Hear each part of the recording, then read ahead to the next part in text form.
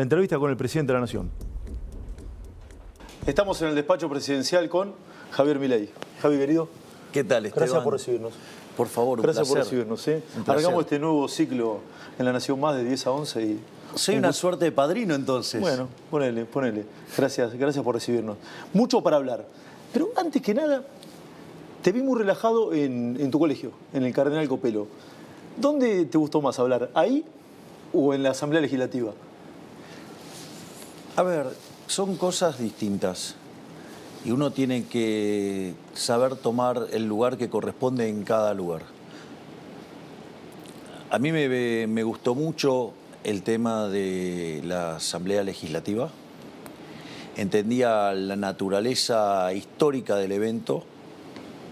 Por eso fui con la banda presidencial. Sí. Porque la banda presidencial es opcional usarla, salvo que estés en una fecha patria. Entonces sí usas la banda presidencial. Y para mí significaba un evento muy importante porque sabía lo que estaba planteando, sabía la relevancia y lo significativo del planteo que estaba llevando. Y eso opera bajo esa lógica. En el caso de la charla en el colegio es otro formato.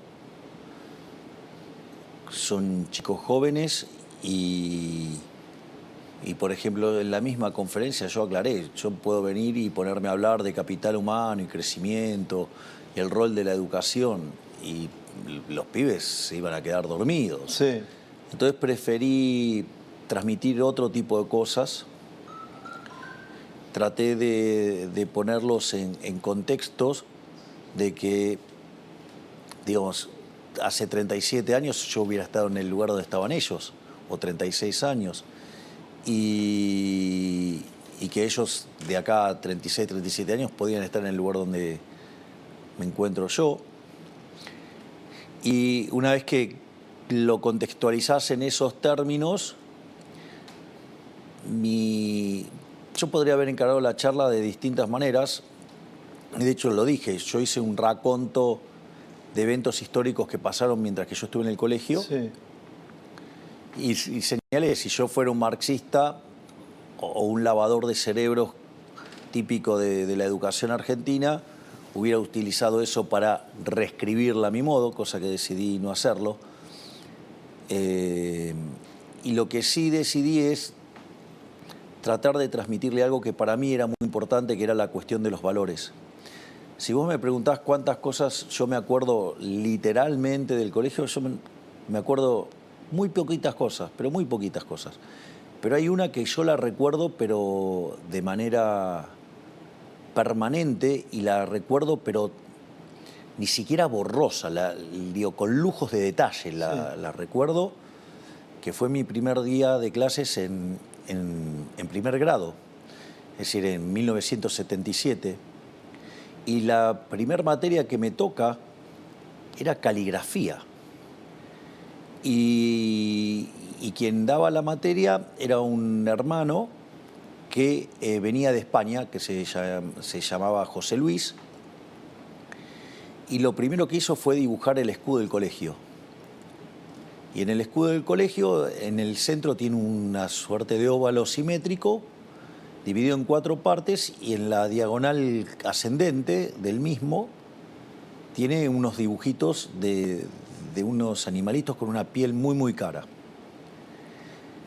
que justamente los salen a cazar en lluvia porque no les gusta meterse en el barro. Entonces quedan expuestos. Claro, es decir, prefieren morir antes que ensuciarse. Y eso a mí me pareció algo muy fuerte, que me marcó para toda mi vida. Eso no lo puedo olvidar. ¿Y qué sería ensuciarse hoy? La corrupción es ensuciarse. Robar es ensuciarse. ¿Y viste mucho en estos días? Bueno, fíjate que cuando yo menciono esto, tuve la suerte de que me acompañara nuestra ministra de Capital Humano, Sandra Petovelo, y el secretario de Educación, Carlos Torrendel. Y Sandra estaba profundamente emocionada, está todo el tiempo encontrando cosas irregulares y nosotros estamos muy activos en desactivar todo este tipo de situaciones verdaderamente lamentables. ¿Hay más corrupción de la que mucha gente imaginaba? Que lo que la gente imaginaba, seguro, a mí no me sorprende lo más mínimo. Ya voy a la coyuntura, pero quiero volver sobre esto. Ese pibito de 6 años que ingresó ese primer día al Cardenal Copelo, que se encontró con el maestro de caligrafía. ¿Fue? Caligrafía, el hermano José Luis. Pero no solo eso, porque además, ¿sabes lo que hizo? Escribió los números en el pizarrón. Y empezó con el 0 re chiquitito, Sí. Y al final del pizarrón estaba el 10, que tomaba toda la altura el pizarrón. Y ahí nos contó, digamos, bueno, si ustedes se esfuerzan, si ustedes le meten, si ustedes... ¿Pueden llegar al 10? Pueden llegar al 10. Y cuanto más cerca estén del 10, más cerca van a estar del creador. Este hombre, ¿sí? Ya Maduro, presidente de la Nación hoy, ¿qué le dice a ese pibe que tenía 6 años en el primer día de la escuela? Mira, no, yo eso no... ¿Hiciste bien, pibe? No. Mira, si hay algo de lo que yo no me arrepiento es de lo que soy. Eso, si vos lo planteás en un programa, en un modelo de optimización dinámica, se llaman condiciones de estado. Digo, es lo que soy hoy. Ahora, lo que soy hoy es el resultado de un conjunto de decisiones. Y como todas las decisiones acertadas o equivocadas, las hice, digamos, acorde a lo que yo creía que era lo mejor y lo hice convencido. Entonces no tengo nada que recriminarme, no tengo nada que cuestionarme. O sea, soy lo que soy en base a mis errores y a mis aciertos. Estás por cumplir 90 días como presidente de la Nación. ¿Tenés algo para cuestionarte o para observar o algún error que crees que hayas cometido que lo quieras contar? Sí, nosotros, por ejemplo, yo he señalado como un error es... yo creí que podía negociar de buena fe con los gobernadores. Es decir, nosotros después de enviar el decreto de necesidad de urgencia, cuando nosotros empezamos a trabajar sobre la ley de bases y principios para la libertad de los argentinos, nosotros en ese conjunto de reformas estructurales agregamos un capítulo de coyuntura que tenía que ver con la cuestión fiscal, el capítulo 4. En ese capítulo nosotros ofrecíamos arreglar el problema que tenían las provincias como consecuencia de lo que se hizo durante el gobierno anterior.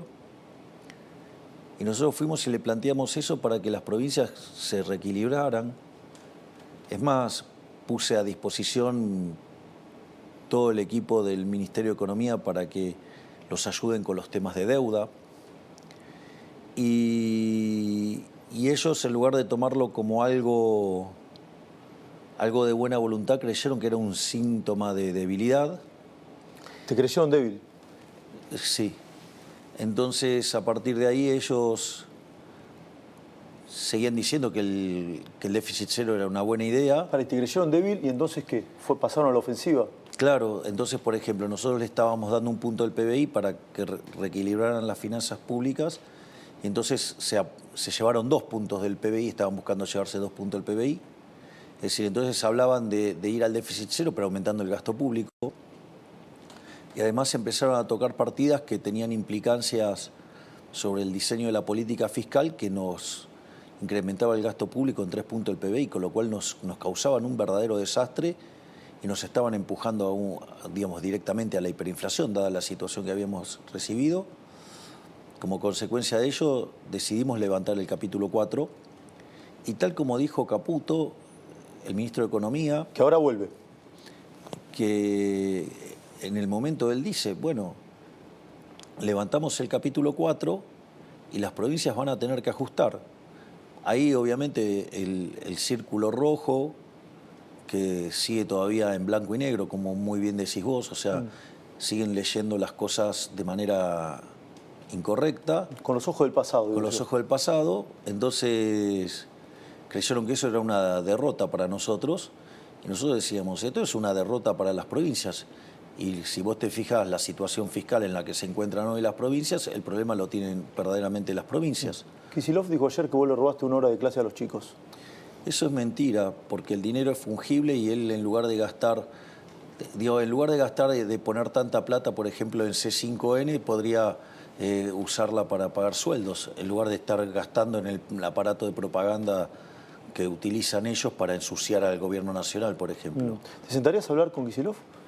Yo, digamos, como presidente de los argentinos estoy obligado a hablar con todos. No es una cuestión de si a mí me gusta o no me gusta, yo estoy haciendo un trabajo, Esteban. Yo, digamos, cuando digo esto es un trabajo, es un trabajo. A mí los argentinos me eligieron básicamente para 2 cosas. Una, para encauzar la economía, que tiene que ver con bajar la inflación, algo que lo estamos logrando, y volver a crecer. Y por otro lado, me pidieron que termine con el flagelo de la inseguridad, y también lo estamos haciendo. Si la lógica de gobernar y sacar adelante el país implica que yo me tenga que sentar con todos los gobernadores, yo me voy a sentar porque tiene que ver con hacer mi trabajo. Esto no es un problema de mis preferencias o de qué me gustaría hacer, digamos, si me gusta reunirme o no. Es decir, yo de hecho no soy una persona que le guste mucho el tema de estar reunido y esas cosas. No te gustan mucho los eventos sociales, digamos. Exactamente, a mí no me gustan los eventos sociales. No te gustan los eventos sociales. Y sin embargo, si lo tengo que hacer por el trabajo, lo hago. Hablaste de la economía. El dólar perforó la barrera de los 1.000 pesos. Es el número más bajo de que sos presidente. Hay algunos cálculos que hablan de la inflación entre 14 y 17. ¿Sí? ¿Cómo está la situación? Te pregunto, y a sabiendas de que hay mucha gente que la está pasando mal. Mal y muy mal. Bueno, esa pregunta tiene 3 partes. Vamos por la primera, que es el tema de la inflación. Recordá que cuando nosotros estábamos por asumir la inflación en la primera semana de diciembre, los precios viajaban al 1 y pico diario, o sea, algo que daba 3.700 anual. Cuando tomabas las 2 primeras semanas de diciembre, el anualizado daba 7.500. Cuando vos tomás lo que dio mayoristas, que fue 54%, lo anualizás, te da 17.000. Nosotros, en función de eso y dado los desequilibrios que tenía Argentina, que eran 17 puntos del PBI, 15 por la cuestión fiscal, 5 adentro del Tesoro y 10 adentro del Banco Central, nosotros necesitábamos frenar la hiperinflación como fuera. Eso implicaba hacer un fuerte ajuste fiscal para cortar el grifo de emisión fiscal y por otro lado implicaba también cortar el grifo de emisión en el Banco Central, con lo cual había que hacer un saneamiento del Banco Central. Y como además no teníamos reservas, inexorablemente había que hacer un sinceramiento del mercado cambiario. En ese contexto, nosotros aplicamos un apretón monetario muy fuerte. Eso permitió que no se convalidaran precios. De hecho, la inflación cuando iban 3 semanas de diciembre ya estaba en 30.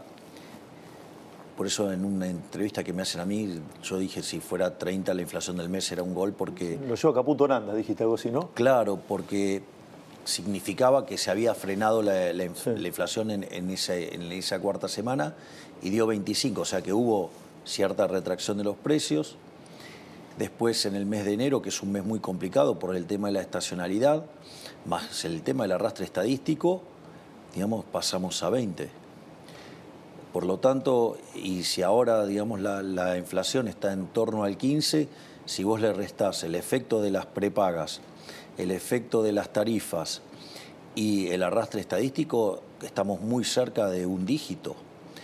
Entonces, está funcionando. De hecho, cuando vos tomás las medidas del IPC en términos de online, están todas abajo del 10%. Lo que pasa es que no capturan los efectos de las tarifas.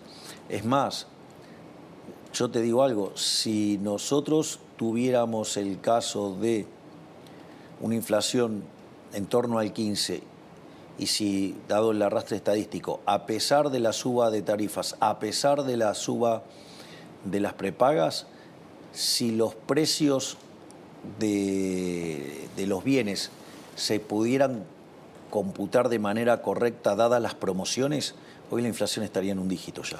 Hoy la inflación estaría en un dígito.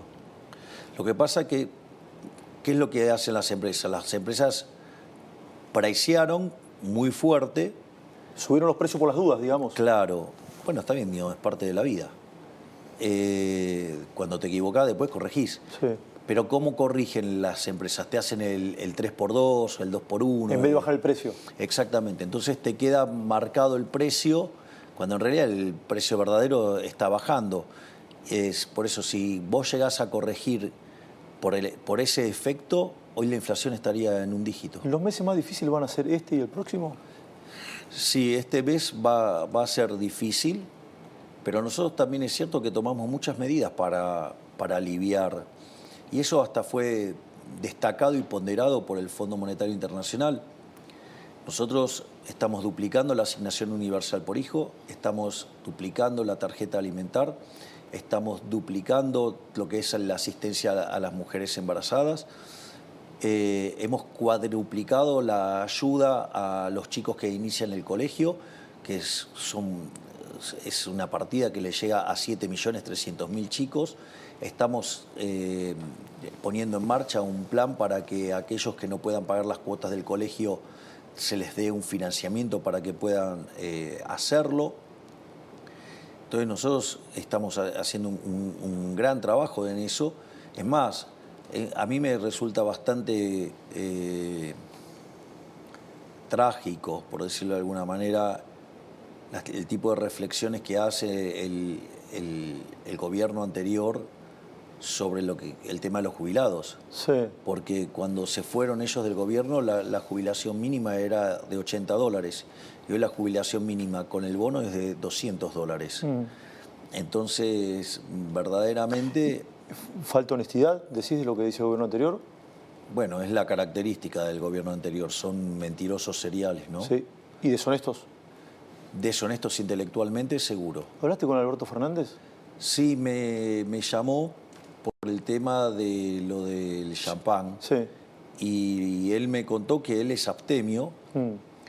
Y como estábamos con ese tema, en ese momento también había muchos periodistas pidiéndome las facturas, pero todos me decían que Alberto era abstemio. Entonces, a mí me pareció que era digamos, ahí me comí una fake news. Yo lo pude validar con varios periodistas que él efectivamente es abstemio. ¿Y le pediste disculpas? Claro, le pedí disculpas y publiqué en Twitter un tuit dejando constancia de eso. Sí. Digo, a mí me parece que es de buena gente hacer eso, porque si yo me quejo de periodistas que mienten de manera abierta y descarada sobre cosas mías, y si yo me quejo públicamente, y algo que me parece verdaderamente aberrante es que algunos periodistas mienten y refuerzan la mentira, ¿no? ¿Cuál es la mentira que más te jode que te dicen de vos? Mira, ya a esta altura del partido casi, digamos, como que te acostumbras ya, porque verdaderamente la cantidad de locuras que dicen es verdaderamente descomunal. En la charla que tuviste con Alberto, ¿hablaste del tema de los seguros, de todo este escándalo de corrupción? No. ¿Qué mirada tenés al respecto? ¿Lo denunciaste o lo mencionaste en la asamblea? No, ahí, digamos, eso está impulsado desde Capital Humano y está haciéndose todos los trabajos para terminar con todo lo que sea actos de corrupción.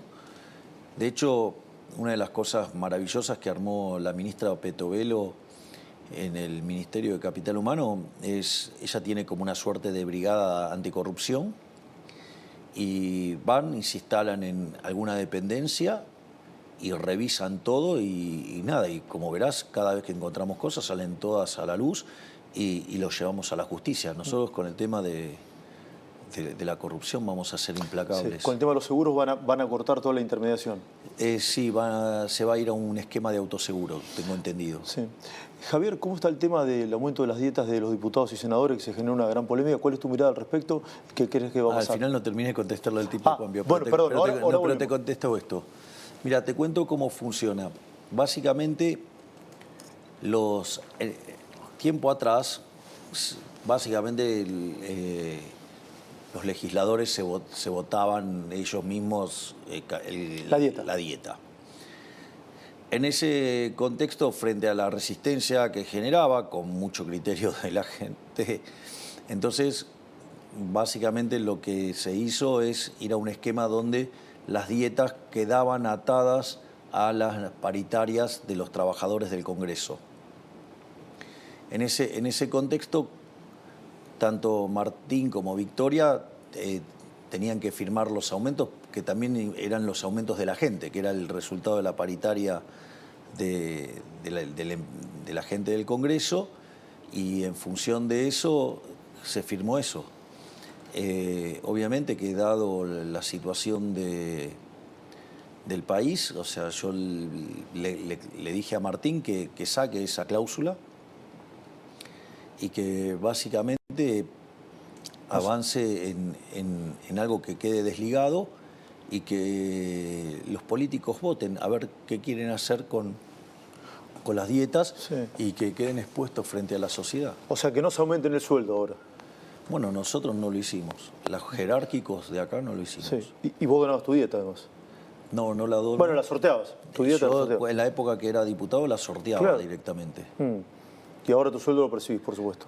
Porque ahora no puedo tener, claro, ningún ingreso alternativo, sí, entonces tengo que pagar los costos de mi casa original. Sí, por supuesto. Entonces, ¿te parece mal que los diputados suban el sueldo?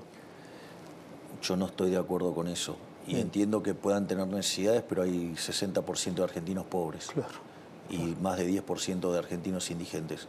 Entonces, que no me venga con que a ellos no le alcanza, porque hay muchísima gente que la está pasando muchísimo peor, con muchísima menos plata. Claro, vuelvo al tipo de cambio, sí, que te había interrumpido. Vos siempre haces la cuenta, sí, dólar oficial más impuesto país, no hay bueno, brecha. eso te da 1050. Claro.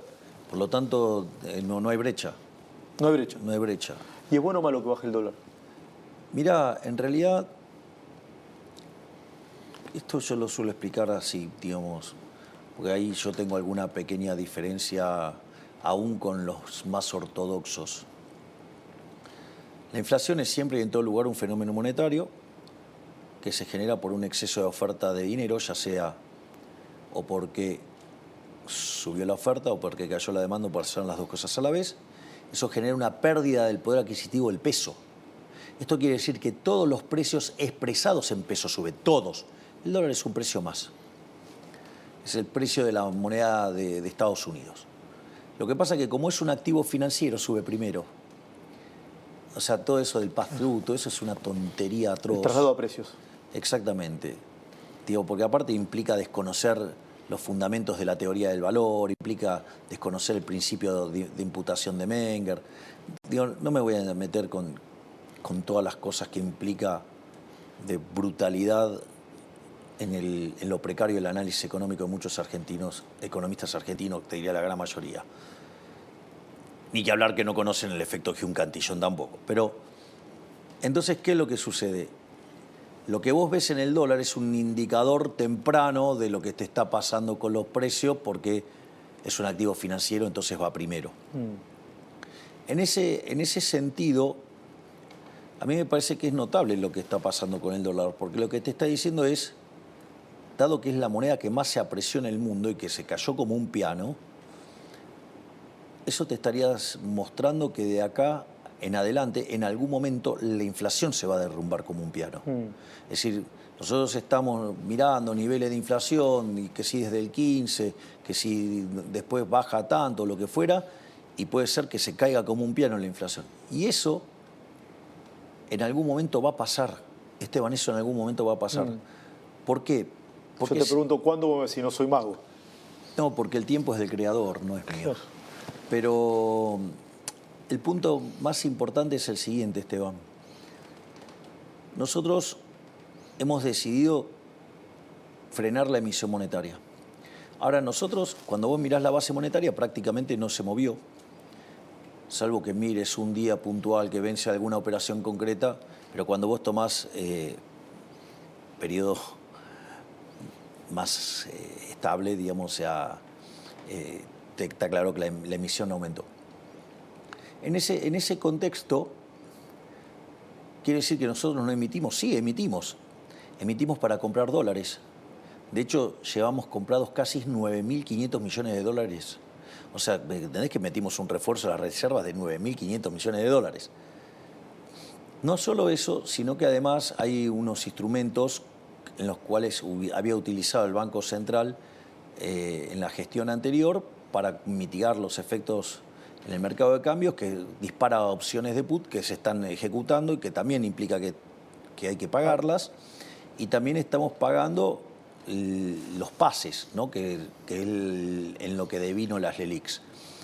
Entonces vos me decís, ¿cómo estás haciendo entonces para que no cambie la cantidad de dinero? Bueno, absorbemos por el sector fiscal y por el BOPREAL. Y eso hace que la base monetaria no cambie.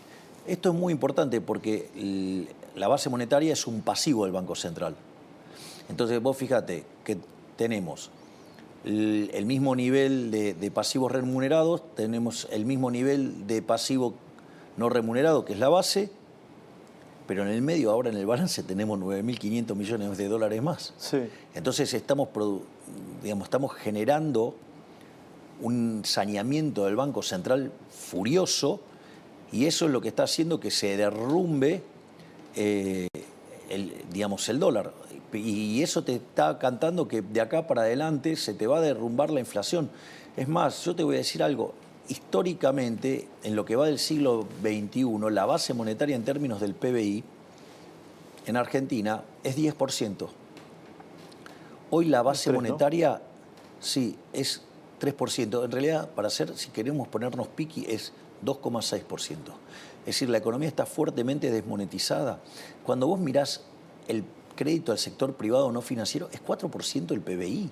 O sea, en cualquier país de Sudamérica es arriba del 50%. Claro. Entonces, lo que vos tenés es... Y si bien vos tenés depósitos privados por 12 puntos del PBI, la realidad es que cuando vos mirás, todo eso tiene mucho transaccional, mucho de working capital de las empresas, mucho de salarios. Sí. Entonces, lo que yo quiero señalar es que nosotros estamos haciendo un saneamiento del Banco Central con un apretón monetario que lo que va a hacer que cada día esté más cerca la apertura del cepo. Sí. Entonces vos vas a ver que en un momento va a empezar la inflación está bajando, pero en un momento va a haber como un salto, se va a notar la caída de manera fuerte, porque lo estás viendo con el dólar. O sea, el dólar no sube porque no hay pesos para comprarlo. Sí. ¿Y el rebote es en B corta? Caemos y se sube rápido. Sí, nosotros tenemos la esperanza de que sea una V corta muy, muy acentuada, ¿no? Nosotros creemos que en cuanto nosotros podamos tener equilibrado el balance del Banco Central, automáticamente abrimos el cepo, que dicho sea de paso, todos los días estamos levantando restricciones. Sí. Cada día estamos comprando 200, 300 millones, pero cada vez con más importaciones. ¿Y esa ruta termina en el cierre del Banco Central y en la libre competencia de monedas o no? Vos tenés dos etapas de la libre competencia de monedas. Una es con peso y otra es sin peso. Nosotros en la primera etapa vamos a ir a libre competencia de moneda con pesos. Y después la propia dinámica lo va a llevar a que la propia gente lo va a terminar. ¿Vos crees que en los hechos no va a haber más pesos porque nadie los va a querer? Bueno, una vez que nosotros abrimos el cepo, nosotros vamos a estar enviando una ley al Congreso donde básicamente se va a considerar que la emisión monetaria para financiar el fisco es un delito. En realidad va a ser prácticamente cualquier tipo de emisión un delito. ¿De lesa humanidad, dijiste? Sí, ahora voy a explicar por qué. En primer lugar, porque es como una falsificación y una estafa. Esto es como cuando yo contaba si yo agarro y me pongo a falsificar oro, ¿no? Y no sé, lo tengo para adornar mi casa, no pasa, pero si yo te lo quiero meter adentro de la economía, como si fuera oro bueno, te estoy estafando. Eso es un robo. Eso es lo mismo que te pasa cuando el Banco Central emite dinero. Está estafando ¿a quiénes? A los que ya tienen pesos. Y eso se manifiesta después como el impuesto inflacionario. Porque como hay más, los que lo tienen pierden valor. Exactamente. Entonces, y es una transferencia hacia el que lo emitió. Entonces, por lo tanto, es un robo. Vos sabés que el último año, entre emisión directa e indirecta, el kirchnerismo emitió 13 puntos del PBI. Una locura. Una locura. ¿Y es de delincuentes hacer eso? Sí, porque es un robo. ¿Entonces Massa fue un delincuente? El gobierno anterior fue un gobierno de delincuentes. Lo que pasa es que es un tipo de delito que no está penado. Claro. O sea, entonces no... No es un tipo penal, claramente. Claro, no está, bueno, nosotros consideramos que tiene que ser un delito penal. Entonces, en ese contexto van a terminar yendo presos el presidente del Banco Central y su directorio, el presidente de la Nación, el ministro de Economía y los diputados y los senadores que voten presupuestos que tengan financiamiento monetario. Javier, me quedan pocos minutos y no quiero faltar respeto al tiempo acordado y sé que tenés mucha actividad por realizar. No, pero está claro, ¿no? Sí, Que digo, eso, la cantidad de peso va a quedar fija. Entonces vos vas a empezar a entrar a otros tipos de monedas. Sí. Y de hecho vos creés que nadie va a querer agarrar el peso. No lo sé, pero que no va a perder valor seguro. Después de Telam, ¿viene la televisión pública? La idea es, mira, todo lo que podamos privatizar, lo vamos a privatizar. Nosotros no creemos en el Estado empresario. En realidad nada de lo que hace el Estado lo puede hacer bien, lo hace todo mal. Hay una frase hermosa de Milton Friedman, que además está en el libro Libre para elegir, que lo escribió con quien fuera su mujer, Rose Director, o también conocida como Rose Friedman. Y dice, hay 4 formas de gastar. Vos podés gastar tu dinero o el de otros, y los podés gastar en vos o en otros. Entonces, cuando vos gastás tu dinero en vos mismo, vos sabés lo que te costó ganarlo, vos sabés lo que querés, y es la forma en la cual vos maximizás tu bienestar. Ahora, vos podrías gastar tu dinero en otras personas. ¿Qué es lo que haces cuando haces un regalo? Tratás de quedar bien con lo menos posible, o sea, minimizás el costo. Ahora, cuando vos gastás el dinero de otros en vos mismo, derrochás, y eso es un clásico. Entonces, ¿cuál es la peor manera de todas de gastar? Gastar el dinero de otros en otros. ¿Qué es lo que hace el Estado? Por lo tanto, por definición, el Estado funciona mal siempre. Siempre lo va a hacer mal. Porque no hay forma de que lo haga todo lo que se pueda privatizar lo vas a privatizar. Todo lo que pueda privatizar lo voy a privatizar. Todo lo que pueda pasarse al sector privado se lo voy a pasar al sector privado. AISA y Banco Nación también, por ejemplo.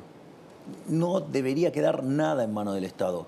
Porque fíjate, digamos, viene y ¿viste? ¿Querés detectar a un chorro? A ver. ¿Querés detectar a un chorro, a un político chorro? Sí. Es el que viene y te dice, no, hay que tener un Estado eficiente. Después de lo que te acabo de contar, no existe el Estado eficiente. No existe el Estado eficiente porque, además, el último que podría decir algo así es un político argentino, porque en principio no existe. Y si por error existiera en Argentina, no existió. ¿Me comprendés? Porque el caso de Argentina es todo funciona mal. Es decir, si yo te digo, voy a hacer una agencia como Telam, ¿cómo va a terminar? Y siendo un brazo, digamos, un aparato político, un aparato de propaganda. Bueno, ¿y cómo funciona? Y de esa manera. Entonces, y además pierde un montón de plata. Y entonces, ¿de qué estamos hablando? Macri. ¿Va a haber una fusión con el PRO? ¿No va a haber una fusión? ¿Están hablando? Nosotros tenemos una excelente relación. O sea, la verdad que con el presidente Macri yo tengo una relación excelente. Tengo una excelente relación con muchas personas de su espacio, llámese la doctora Bullrich o el doctor Petri, que son parte de nuestro gabinete, digamos. La doctora Bullrich está haciendo un trabajo fenomenal en la cartera de seguridad y la verdad que el ministro Petri es impecable, digo, es impecable. Además, es alguien muy motivado y trabaja muchísimo, porque está con los temas de defensa, ¿no? Pero salió esto de hacer la ley del Banco Central y ella escribió un proyecto. Sí.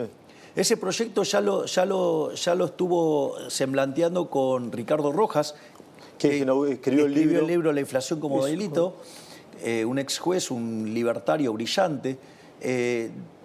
Bausili también estuvo en contacto con Ricardo Rojas. Ahora, digamos, tanto Luis como Santiago están interactuando en el desarrollo de este proyecto.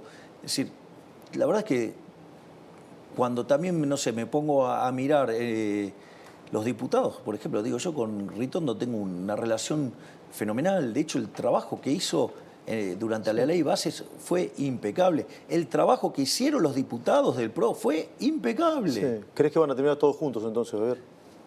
Mirá, la verdad es que los hechos se juntaron solos, sin que hiciéramos nada. Y además, digo, yo me llevo muy bien con Macri, me llevo muy bien con Bullrich. Digo, parece que es bastante evidente que digamos, tenemos mucha afinidad y y tenemos claro que Argentina sale adelante con las ideas de la libertad. Por lo tanto, yo lo veo, digamos, factible. Lo que creo es que, como todas las cosas, tiene que surgir naturalmente, no, digamos, no tiene que ser forzado. Y fíjate que naturalmente funcionó muy bien, funcionó muy bien. Entonces, yo lo que creo es que estamos de hecho, yo creo que ahora el proyecto para evitar este tipo de aumentos en las cámaras, o sea, lo van a probar. creo que van a hacer un trabajo juntos. Al menos eso es lo que hablé con Martín Menem y con un diputado del PRO. ¿El PRO con o sin Larreta? Me parece que Larreta, primero que no comulga con estas ideas. Él es un socialdemócrata con una vocación intervencionista profunda, profunda, o sea... y por otro lado, él cree en cosas que son parte del fracaso de la Argentina. Digamos, ese tipo del consenso del que habla digamos, nos remonta, digamos, a las páginas más oscuras de la historia argentina. Y no solo eso, parece que no entiende y que no tomó nota que él perdió por paliza. Digamos, tenía todos los recursos y perdió en la interna con Bullrich. Y como dice Bullrich, después fuimos a una elección. Había una opción del cambio y había una opción radicalizada del cambio. Sí. En el contexto, en el verdadero sentido de la palabra radicalizado. Y ganó, digamos, la versión de La Libertad Avanza. Y además... me gustaría que también él se manifieste porque él tenía de candidato a vicepresidente a Morales. Sí. Y me gustaría, digamos, que también, a ver, que, digamos, ya que es tan quejoso por alguna que otra cosa que yo le dije en algún momento, pues parece el hombre de cristal. Vos le decías algo y se ponía a llorar por los riscones. Entonces... me gustaría a ver qué opinión tiene, porque todavía no dijo nada, sobre esos dos chicos que estuvieron presos 50 días porque le dijeron cornudo a Morales, ¿no? Entonces, digamos, o que después, digamos, también metió presa a una mujer porque comentó esto sobre el WhatsApp. O sea, y ahí el republicanismo de los radicales, o sea, digo, Lustó, que viene a dar clases de qué hay que hacer, qué no hay que hacer. Digo, al margen de que cuando hable de economía no nos olvidemos que hizo un desastre en el Banco Provincia, que el que lo heredó fue Franco, Guillermo Franco te puede contar del desastre que fue en el Banco Provincia, o también, digamos, el desastre que fue como ministro de Economía, con la 125, dejar el país al borde de un estallido social. Entonces, pero como además ellos son campeones y dan clases de la moral, bueno, que digo, yo no he visto, no los he visto repudiar semejante acto de autoritarismo por parte del señor Gerardo Morales, al cual aviso que yo también lo había denunciado, ¿no? Recuerdo. Había denunciado, vos sabés que yo tenía un programa de radio que se llamaba... ahora, pará. Converti y Venegas Lynch, los martes. No, lo hacía yo solo, que era Demoliendo Mitos. Demoliendo Mitos. Y básicamente me dedicaba a mostrar la cantidad de pavadas que se dicen en Argentina, al menos en términos de economía. Y una de las cosas, un día nombré todos los familiares que tenían en el Estado Morales. Sí. Y poco tiempo después a mí me toca ir a dar una conferencia a Jujuy. Y entonces yo ya estaba ganando popularidad y la íbamos a hacer en el Teatro Mitre, que tiene lugar para, creo, 1.100 personas, algo así. Y nada, y obviamente que a las 3 horas se habían anotado 3.000 personas. Entonces, y cuando el señor Morales se enteró, nos hizo censurar y nos sacó el teatro. Fuimos a la universidad, creíamos que ahí que iba a haber independencia, en un auditorio más chico. Y tampoco sucedió. nos dijeron que sí y a las pocas horas nos dieron de baja Sí. y tuvimos que terminar yendo en un hotel, uno arriba del otro. Y entonces ese señor además a mí me acusó de cosas muy horribles, ¿no? Digamos, entre otras cosas, me acusó de nazi. Javier, me van a matar y te quiero hacer unas 3 preguntas muy breves. ¿Hay una casta en el fútbol? ¿En el fútbol argentino? Mira, yo creo que sí, y la verdad es que la mejor forma de terminar con eso es metiendo la competencia. Porque fíjate esto, nuestro proyecto de sociedades anónimas deportivas no implica que no existan los clubes tal como existen hoy, pero da la posibilidad de que existan otras sociedades. Nosotros, hoy en este momento, nosotros tenemos ofertas concretas, digamos, el propio Manchester City quiere comprarse un club en Argentina. Entonces... ¿Uno grande? Sí. ¿Muy grande? Muy grande. Sí, no tan grande como Estudiantes de La Plata, pero grande. Estudiantes es un grande. Pero Más grande. pero sí, sería un poquitito más grande. Tiene ese Boca River. A ver, yo tengo mucho cariño por Estudiantes, pero no te pongas tan bullish, Esteban, dale. No te voy a hacer lo que te hizo Eduardo. Digamos, o sea, yo sufría mientras que Eduardo te hacía bullying con Estudiantes. Pero, digamos, aparte un bilardista fanático, te imaginarás que Sí. me dolía el bullying. Pero te defendiste bien con las Copas Libertadores, con la Intercontinental, o sea... Sí, porque, como dice Friedman, los datos primero. Primero los datos, claro. Pero al margen de eso, si estuvieran limpios, permitirían que hubiera competencia. Pero como están sucios, no permiten la competencia. El mejor síntoma de que hay mafia y que está podrido eso es que no permiten la competencia. Chiquitapia está sucio. Y entonces, si vos estás limpio, no te molesta que haya competencia. ¿Por qué usas tanto Twitter, Javier? A ver, me gusta, me podría decir. No, sí, claro. A ver, primero porque yo soy un animal de redes sociales, ¿no? De hecho, nosotros en la campaña, dado que no teníamos financiamiento, usábamos las redes sociales. Es más, en un momento, salvo honrosas excepciones, hubo un apagado sobre nosotros y nosotros Recuerdo. nos manejamos desde las obras sociales, desde las redes sociales, las cuales además nunca pusimos un peso. Entonces nosotros en eso somos muy fuertes y para mí es un mecanismo de comunicación directa con la gente. O sea, entonces para mí yo no necesito el intermediario. ¿Me comprendés? ¿Lo manejas vos el Twitter? Exacto. Yo manejo mi propio Twitter, mi propio Facebook y mi Instagram. Y el TikTok me lo maneja Iñaki. Digo que al pobre Iñaki, digamos, le costó que en la Universidad de Belgrano una profesora de microeconomía lo persiguiera y le hiciera bullying.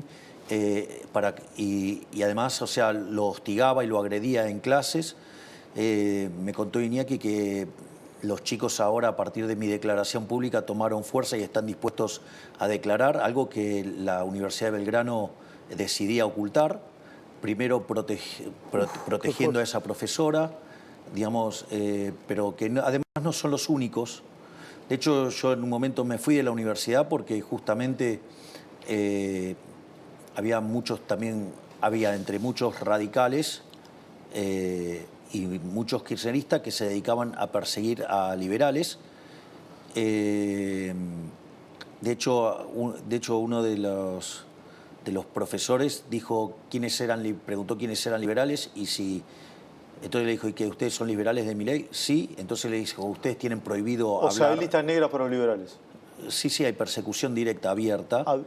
Y eso la Universidad de Belgrano lo permitía, porque eso fue denunciado, yo lo denuncié y no hicieron nada al respecto. Ahora sí, la última. ¿Vas a crear un consejo ad honorem? Sí, vamos a tener un consejo económico, digamos, del presidente. Digamos, va a estar a cargo de Demian Riedel. Y vamos a tener varios economistas destacados que van a participar dentro de este consejo, digo, lo que van a hacer ad honorem. Y la verdad es que estoy contento. Digo, para los que andan diciendo algunas tonterías respecto a mi amigo Ramiro Marra, dentro de ese consejo va a estar Ramiro. En ese consejo va a estar Ramiro Marra. Sí, porque la idea es estar pensando afuera de la caja. Digo, para estar todo el, digamos, entonces tener un equipo, digamos, que está trabajando todo el día en la gestión, como es el maravilloso equipo que tiene Luis Caputo, o sea, el Toto. La verdad que sí, rodeado también de gente maravillosa, formidable. Te juro que es un placer trabajar con ellos. Lo que, digamos, ver el desempeño de Pablo Kirchner en el Congreso fue fabuloso. O, digamos, no sé, en las reuniones de gabinete participa Santiago Bausili, el presidente del Banco Central, y es fabuloso, o sea, todo es fabuloso. La verdad que yo estoy muy contento con el gabinete. Yo disfruto mucho las reuniones de gabinete. O sea, lo cual es un problema para ellos porque me pongo bastante intenso. ¿Te pones intenso? Y sí, digamos, yo soy como una suerte de... Yo no sé si tuviste la suerte de ver óperas de Puccini. Sí, algunas. ¿Viste? ¿Ubicás la película La Rosa Púrpura del Cairo? A ver, sí. Que Mia Farrow se enamora del actor y el actor sale de la película y entonces empiezan a tener un romance. Bueno, yo soy como un personaje de una ópera de Puccini, todo así, apasionado, todo, y salió de una ópera y, bueno, llegó a ser presidente de la Argentina. Gracias, señor presidente de la Nación. Gracias, señor periodista Trebuch. Sí, gracias, gracias, verdad. Gracias a vos, Esteban. Gracias, muy amable. Bueno, muy bien, tengo que presentar a mi equipo, pero acá tengo un próximo funcionario del gobierno. Ramiro Marra, ¿vas a integrar el gobierno? Sí, yo siempre me sentí parte de este gobierno igual, porque Javier es un amigo y fundamos este espacio para hacer estos cambios que están tanto dando que hablar. Que es lo que dijo en la entrevista. Esto que dijo en la entrevista lo viene diciendo hace muchos años. Creo, ahora lo vamos a desarrollar este consejo que va a crear el presidente de la Nación, ¿sí? Presidido por quien iba a ser el presidente del Banco Central, Demian Reidel, ¿sí? Y te vas a sumar a ese equipo. Por supuesto, Demian es una persona muy preparada, que sabe mucho, y vamos a acompañar todo este proceso de transformaciones que están haciendo grande a la Argentina de vuelta. Bien, ya